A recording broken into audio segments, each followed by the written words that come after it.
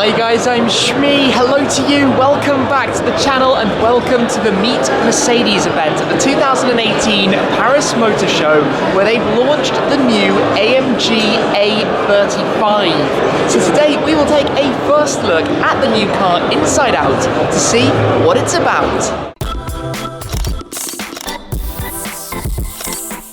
The A35 then, the newest member of the Mercedes-AMG family.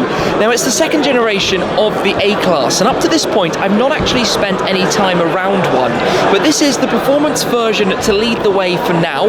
On the first gen we had the A45 flagship model, and it's expected that there will be a 45 and potentially even a 45S version of this to come in the future. But for now, the A35 bridges the gap between the A250 and the A45 itself. So it's 4MATIC, four-wheel drive.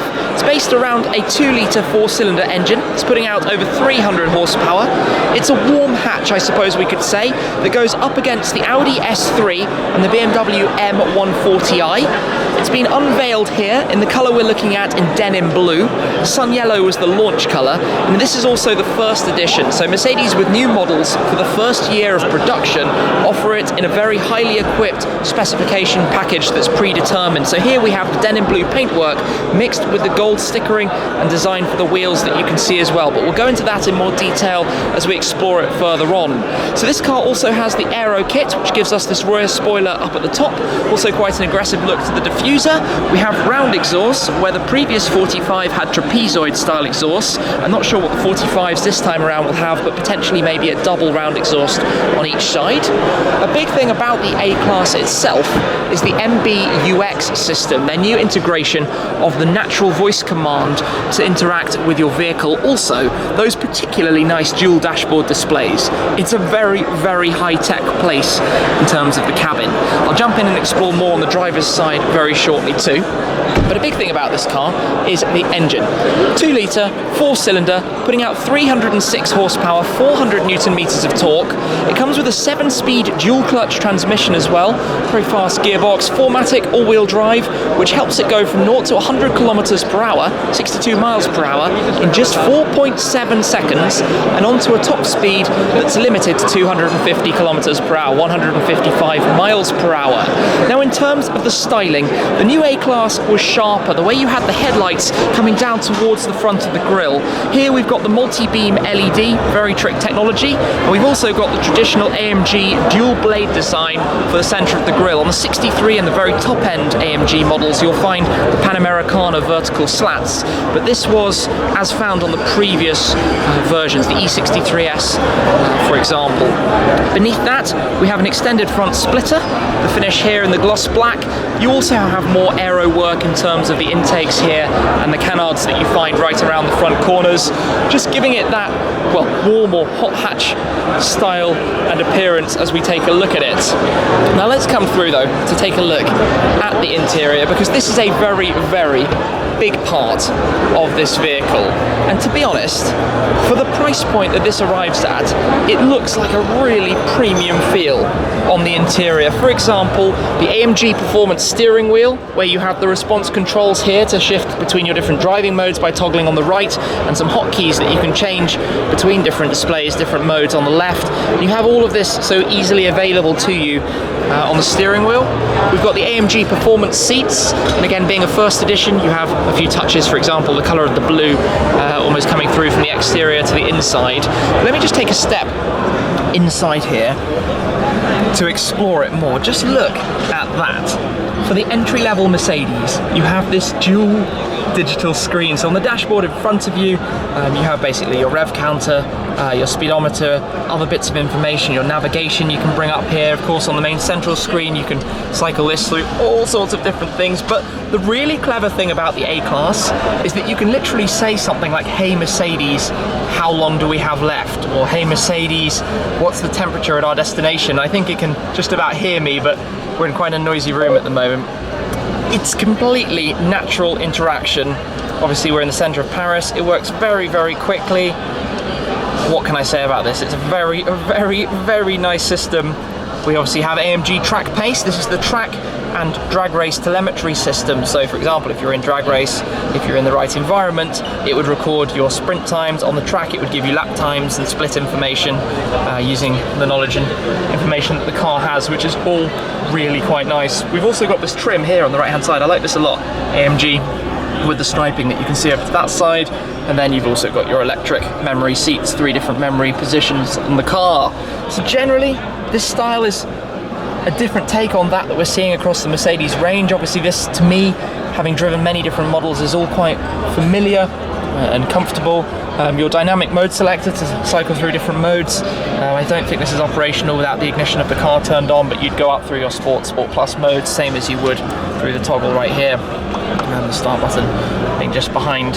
Again, yes, no key present at the moment. You've got the new touchpad, so if you didn't want to integrate or touch the screen, so to speak, I've actually managed to turn it off, so we can presumably press once more to turn it back on. No, it's not unlocked at the moment. You can write on here, and the nav system will take the commands that you've written and literally bring it up on the screen, you know. So if you wanted to type an address, you would type letter by letter. It's all very, very clever. Actually, you get quite a nice view now with the Mercedes star back on the central screen. Then either side of that, you've got a number of hotkeys. So this car offers technology like 360 cameras.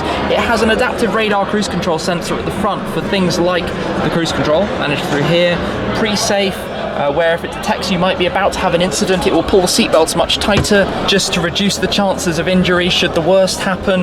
You've got plenty of space around, lots of cables and ports where you can plug different things in.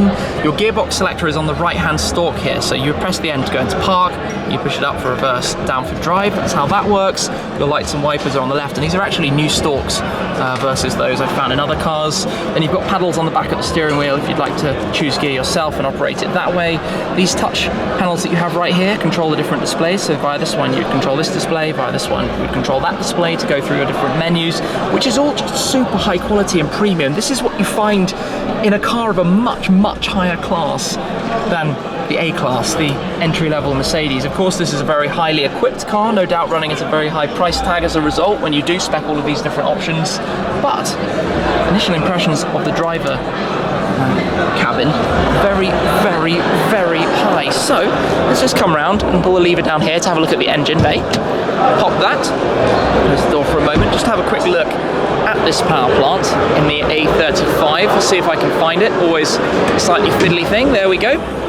Here we have that engine equipped with a single twin-scroll turbocharger to get the power output over 300 horsepower.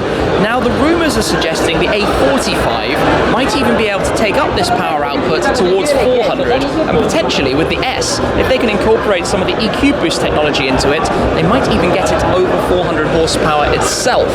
So let's just shut this back down for the moment. We'll come back around and have a look, another touch with the first edition. So in the first year of production, the option to order this package, you have the AMG style logo here on the door mirrors. You have the continuation of that stripe running all the way along the side skirts. You also have a more aggressive looking side skirt with the A35.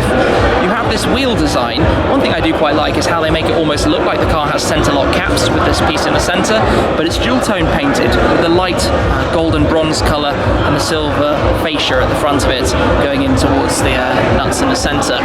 Obviously quite large wheels. What size are we looking at right here? P0 tyres I can see. Down there 19-inch wheels we have on this specific car. So let me come through actually and talk about the back as well. After all, it's a 5-door hatchback, so we can have a look back here. Excuse the front passenger seat, which is in an unusual position, but the driver's seat is roughly comfortable position, so I can take a step in here. We've got 3 seats in the back on a bench. These are quite performance shaped as well. Quite like the look of those headrests. Take a step in here. Actually decent amount of space. This is quite impressive.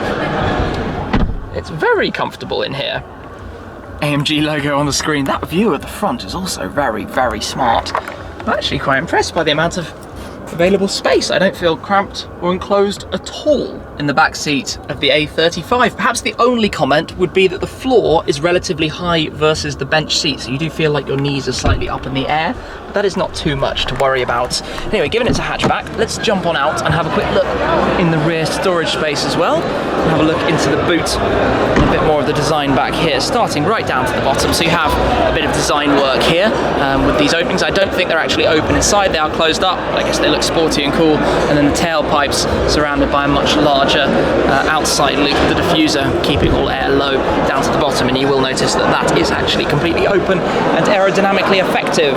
So I do quite like the design of the taillights, the multi-beams again with the A-Class, not just the A35. It's an option you can have on different models, swooping in towards the middle. Then in here, we can open this up, have a look at the storage space. So you've got seats that fold down in the rear, 40, 20, 40, fold down just the middle if you want to get some longer objects through the center, or fold down one side if you've got a third passenger in the car and still want to transport some luggage. You can take out the rear parcel shelf naturally. The space is generally pretty decent. I guess you've got to lift luggage over here to get it in.